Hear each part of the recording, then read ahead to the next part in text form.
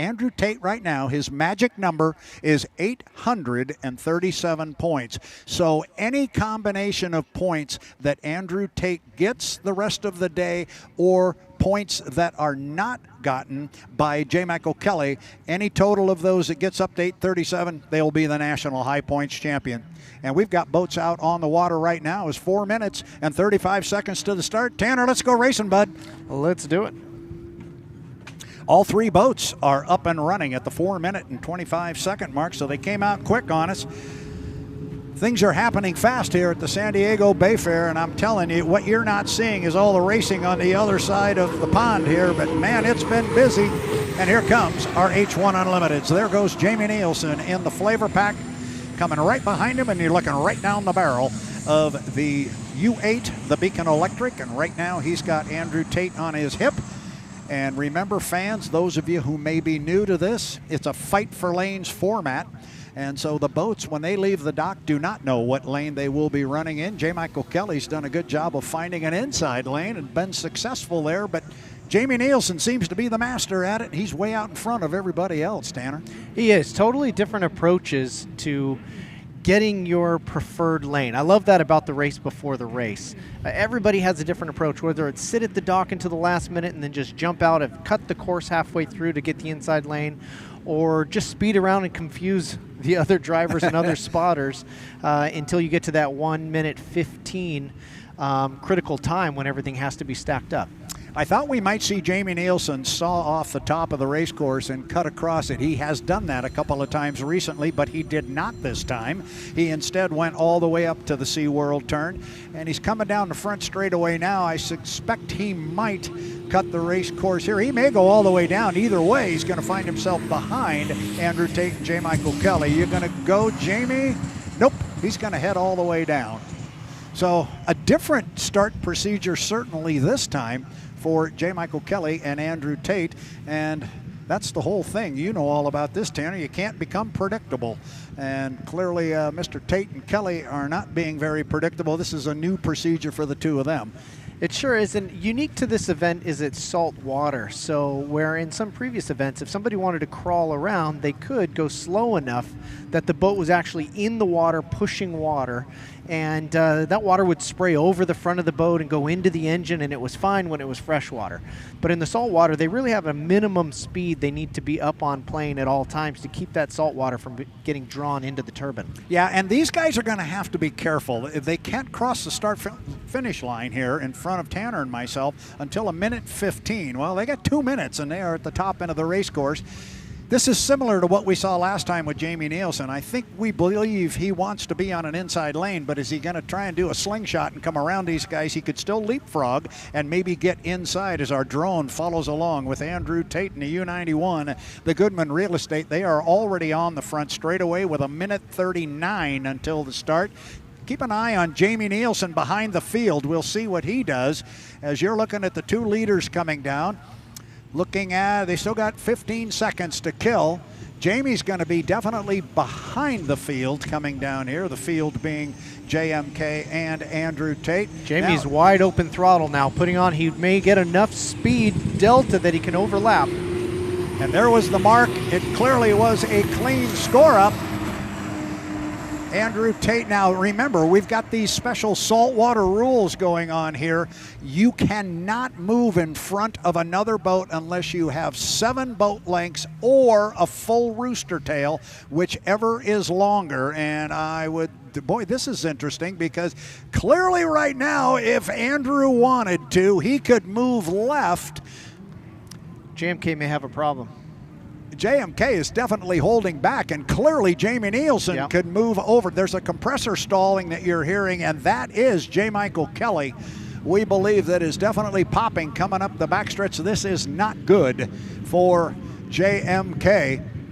And Andrew is going to find himself on an inside lane up at the top of the race course. It is going to be Jamie Nielsen sitting on the outside of him and way back behind the field, and now starting to plow some water is J. Michael Kelly, the U8, the Beacon Electric. As far as being competitive in this heat, he is out of it. And this is going to belong to Andrew Tate and Jamie Nielsen. Inside 4 seconds, we are 2-1. Mark, boy, that's ragged. We got one boat crossing the line here. Jamie Nielsen has not yet come across. He does now. And I'm not sure that Jamie doesn't have some sort of a problem here, but clearly Andrew Tate does not have a problem. And J. Michael Kelly is now completely dead in the water on the backstretch. Radio man for Andrew Tate will let Andrew know exactly where JMK is. He'll also let him know that Jamie Nielsen is way behind him. He's already got half of the backstretch on Jamie Nielsen, so not much of a boat race going on here right now. But I'll tell you what, Tanner Faust, this is going to have a huge impact on the national high points. It sure will. I mean, this was JMK's shot. He was aggressive about being on the inside lane. He is the only boat in recent history really to stick it to Andrew Tate head-to-head, and so he was hoping to do that again. You know, a little bit of a test and tune now. Andrew Tate's still pushing it, still flying the boat, not quite as aggressively as if he was side by side with another boat, though, of course. Yeah, and I was just going to say almost the same thing. It's a glorified test session now for Andrew Tate. Same is true for the Flavor Pack and Jamie Nielsen. There's no reason to go out there for them and break something, try and run hard against Andrew Tate. They were definitely late to the start. I don't know what that was. Mike's trying to start the U8, and there's a lot of smoke out the back of that turbine motor. As the boats go up the backstretch, you're going to see Andrew Tate go by the Beacon Electric. Now you're looking down on the Beacon Electric, and the smoke has blown away from that boat with the breeze that we have, but he's been trying to get the candle lit.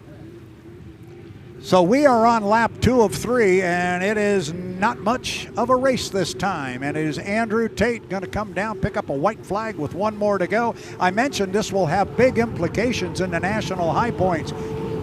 The amount of points, the magic number was 837. If Andrew picks up 400 here, well, that takes that down to 437, but it's also 400 points that J. Michael Kelly does not get. His magic number is going to be 37, and we get the compressor stall now coming out of the U11 Flavor Pack, and Jamie has really backed it down now. Not much going on there, but he's still running. The same, unfortunately, cannot be said as the lid is now up on the U8. The Beacon Electric, J. Michael Kelly has thrown in the towel on trying to restart. Now, the engines these are running are helicopter turbines, 3,000 horsepower, but fairly simple compared to the engines, for example, that might be in the Grand Prix boats, the piston engines. We rarely see problems like this. Could this have something to do with the saltwater or the end of the season, or how could this be attributed to? If I had to, I would say to answer that question as Andrew Tate picks up the checkered flag, the answer to that question from my perspective would be, I would think it was the salt water on that slow lap. When they came out and just crawled around, I kind of wondered about it. He got pretty low in the water, and there was a lot of water coming over the nose. If some of that gets in there, I mean, that's the end of it. I don't think it's end of the season. They brought down their strong engines. They didn't have... Now, I wouldn't think that was the problem just being the end of the year as Jamie Nielsen comes by and he, too, picks up a checkered flag. So, no, I don't think that's the issue. I'm just wondering if maybe it wasn't just they went too slow and he got some salt in the intake. I mean, the two boats that were crawling slow were certainly the ones that had the problem. So once those turbines are good and hot, get any salt sticking to those blades, clearly can be a problem a lot faster than you might think.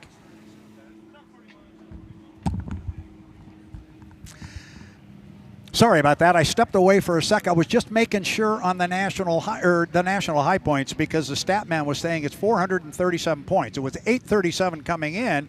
He says 437. And I go, no, it's 37. And he goes, not until Andrew passes Tech. So it's 437 because of JMK not getting any points. Andrew doesn't get any points until he passes Tech. As soon as he does, it will drop down to 37 points. And at that point, it's a moot point. At that point, I think it's pretty much over at that point. It would take a couple of DNFs on the part of the 91. You had me at point. Yeah. Okay.